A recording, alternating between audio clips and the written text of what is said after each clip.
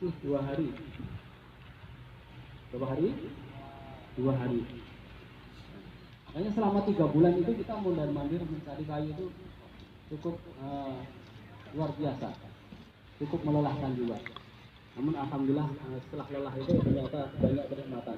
Alhamdulillahirrahmanirrahim. Setelah kayu tadi, Saudara pemirsa dimanapun Anda berada, ini adalah presentasi oleh kayu-kayu semua tadi, kayu penanggung jawab produksi pembelahan kayu,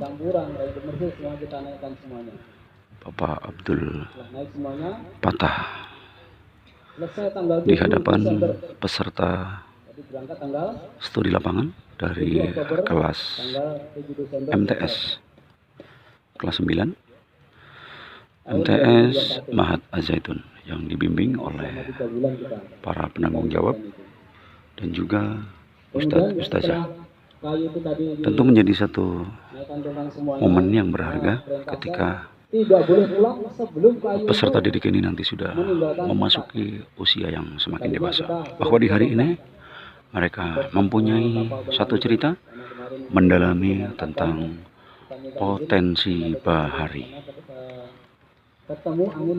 Demikian, selamat mengikuti tayangannya. Di mana gelombang itu bisa mencapai 4-5 meter.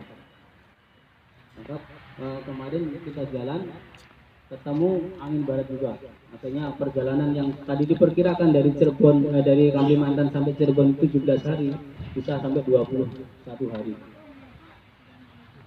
Jadi seminggu kita bersandar di tengah laut.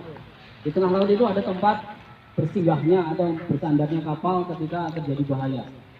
Jadi ada pulau kecil dan di situ nanti kapal-kapal bisa bersandar di situ. Kemudian nanti gelombang kita anteng dan bisa melanjutkan perjalanan.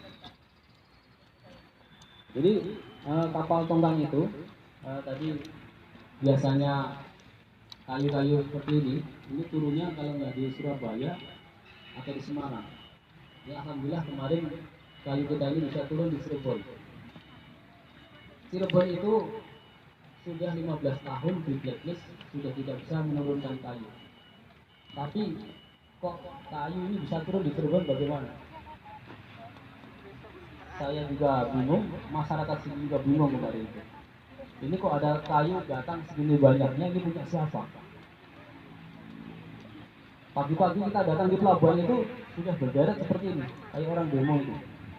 Banyak masyarakat di situ yang di pelabuhan itu termasuk aparat, polisi dan sebagainya pada berkerumun seperti orang demo melihat keberadaan kayu datang itu.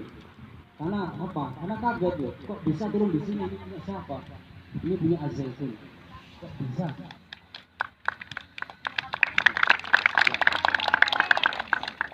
Itulah berkat Ibu Mahasiswa Az-Zaitun kepada tokoh-tokoh yang terlibat di pelabuhan itu sehingga bisa diturunkan kayu di Cirebon. 15 tahun di blacklist tidak bisa menurunkan kayu. Alhamdulillah kayu Az-Zaitun bisa turunkan gitu. Nah kalau kita turunnya di Semarang bagaimana transportasinya? Sedang kayu itu tidak boleh lewat jalan aspalan itu. Kalau di Kalimantan kena lewat jalan aspalan didenda. Dan ini kayu bisa lewat jalan aspalan sejauh 80 kilo itu luar biasa. Kayu sepanjang ini, biasanya kayu kalau melintas di jalan aspalan itu paling panjang 8 meter, 7 meter, 4 meter. Kayu kita ini terpanjang 24 meter, paling panjang. Sedang trailer itu panjangnya 12 meter. Lah keluar kok 12 meter, bagaimana ini logikanya? Kok bisa dari Cirebon menuju ke Giansari? Itulah berkat pertolongan Allah. Semua itu apa yang kita lakukan itu kalau kita punya keyakinan besar, punya keinginan besar, punya jiwa besar, semuanya itu bisa dilakukan. Sesuatu yang tidak mungkin jadi mungkin, sesuatu yang tidak bisa jadi bisa. Maka jangan pernah sekali-kali menyerah, melemah atau miskin. Miskin itu miskin pemahaman, picik. Ya, alhamdulillah kayu tadi diturunkan di Cirebon, semua kayu diturunkan di darat, setelah itu dinaikkan ke mobil trailer, dilangsir ke Giansari. Kurang lebih sekitar 125 perjalanan dari Cirebon menuju ke Giansari. Alhamdulillah selamat sampai hari ini bisa dilihat kayu-kayu yang dari sini. Ini semuanya sejumlah 3.668 kubik. Terdiri dari kayu tadi, kayu ulin, kemudian kayu rimba campuran. Rimba campuran itu ada kayu medang, ada kayu simpur, ada kayu marsawa dan lain sebagainya. Itu kayu-kayu selain kayu indah. Jadi itulah perjalanan kita dalam rangka mencari kayu selama 3 bulan di Kalimantan. Kita bertiga. Alhamdulillah kemarin juga kita didampingi dari tim dari Kalimantan 4 personil sehingga masuk 2 hutan itu kita tetap membawa juru kunci. Juru kunci itu memang sudah terlalu lama di sana, sudah 20 tahun. Itu sudah sahabat kita juga di sana. Nah, mungkin sampai di sini ada yang ditanyakan.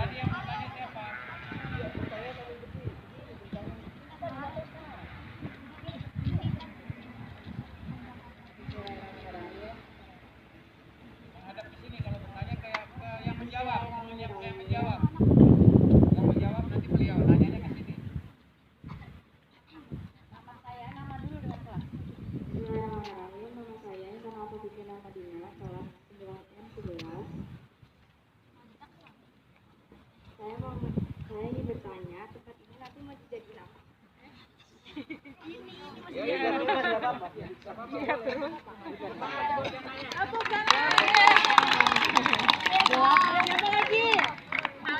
Siapa lagi? Saya jawab dulu. Di Ansari ini beliau menggagas bahwa tempat ini akan dijadikan pelabuhan Samudra Duri. Pinggir pantai utara, tempatnya di Eretan Kulon, Kecamatan Ganang ini nanti akan dijadikan sebagai tempat berlabuh kapal nelayan dari sini. Inilah pelabuhan itu. Nah, Des, sebelum ada yang bertanya lagi, satu lagi yang perlu saya jelaskan bahwa kita mencari kayu ini resmi. Jadi kita tidak bisa mengambil kayu dengan cara tidak resmi atau legal. Karena dulu kasus-kasus ilegal itu seperti kasus yang di Cirebon itu dulu karena kasus ilegal itu, sehingga tempat itu ditutup. Contohnya apa? Ciri-cirinya apa kayu itu ilegal itu? Kayu itu setelah ditebang dari hutan, jadi kayu tegakan, ditebang, digulingin, ya itu nanti ditarik menggunakan doser, loader, atau menggunakan eskavator di sana itu. Setelah itu ditulisin bongkosnya itu. Ada angka 1503 atau 17.000, nanti dicek itu. Botos-botos itu ada tulisan yang dari cek, ada 17.000, ada 16.000, itu nomor tebangan. Jadi kayu yang tebang namanya apa? Kayu ulin. Kemudian diameter berapa? Panjang berapa? Itu nanti akan ketahuan di dokumen ada. Itu dokumen hutan, masih di hutan. Kemudian setelah kayu itu nanti dibawa ke lokpon, mau dinaikkan ke tongkang, itu diganti menjadi dokumennya menggunakan barcode. Barcode itu diterbitkan oleh SKSHK. Surat sah hasil hutan kayu. Jadi yang menerbitkan dokumen itu dari Kementerian Kehutanan, dari Kehutanan. Kalau kayu nanti di foto, ambil gambarnya, di barcode-nya itu. Nanti kalau yang sudah terbiasa itu baru ketahuan bahwa ini kayu apa nanti ada di situ. Itu yang sudah jadi dokumen.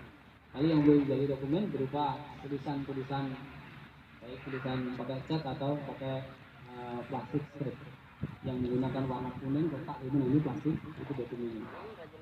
Resmi. Termasuk di Ansari ini. Yang Sari ini yang dulu dijadikan tempat transit itu, sekarang menjadi tempat pengepungan kayu. Ini juga resmi, sudah ada izin resmi dari dinas kehutanan untuk dijadikan pengepungan kayu. Kita ambil kayu, harus ada tempatnya. Tempatnya kalau nggak ada izin nggak bisa. Kemudian izin pengepungan kayu. Kayu setelah diolah juga harus ada izinnya. Izin pengolahan kayu. Kemudian juga harus ada tenaga teknisnya. Maka di sini ada tenaga teknis pengolahan kayu berbagian. Nanti akan lihat di sana, di dalam itu ada tempat pengolahan kayu. Jadi kayu-kayu setelah dipok di luar, sama di dalam nanti diolah di sana. Nah, kemudian jadi kehutanan juga setelah ambil kayu atau setelah mengolah kayu itu juga harus nanam kembali. Kalau di Kalimantan harus nanam kembali, namun kenyataan di sana sangat jarang sekali setelah nebang itu nanam kembali. Kalau di Al-Zaitun, beliau itu sebelum mendatangkan kayu ini, nanti dia di gedung pengolahan kayu itu, di depannya itu ada pohon namanya pohon lancang, pohon mangrove, tapi tipenya lancang. Itu sudah disiapkan, nantinya akan ditanam di sini. Itu sebagai pengganti kayu-kayu yang diolah ini. Jadi beliau itu orang konsisten, nebang kayu dimahat atau diganti. Berapa yang ditebang diganti. Kita mendatangkan dari Kalimantan, sebelum datang sudah disiapkan juga pohon lancang yang akan mengganti lokasi ini. Karena apa? Tempat ini nanti setelah ditata, diuruk, karena nanti akan diuruk semua. Jadi, nah ini tanaman yang akan ditanam di sini ya termasuk pohon lancang itu. Supaya apa? Supaya tidak panasnya seperti ini. Kalau saudara tahu Al-Zaitun ya hari ini dulu tahun 97, lalu masuk tahun 97 masuk di Al-Zaitun. Jadi seperti ini panasnya. Nanti akan saudara 10 tahun yang akan datang nanti akan datang sini dan akan bisa dirasakan seperti apa perubahannya. Setelah nanti ditata, lalu ditanamin pohon-pohonan seperti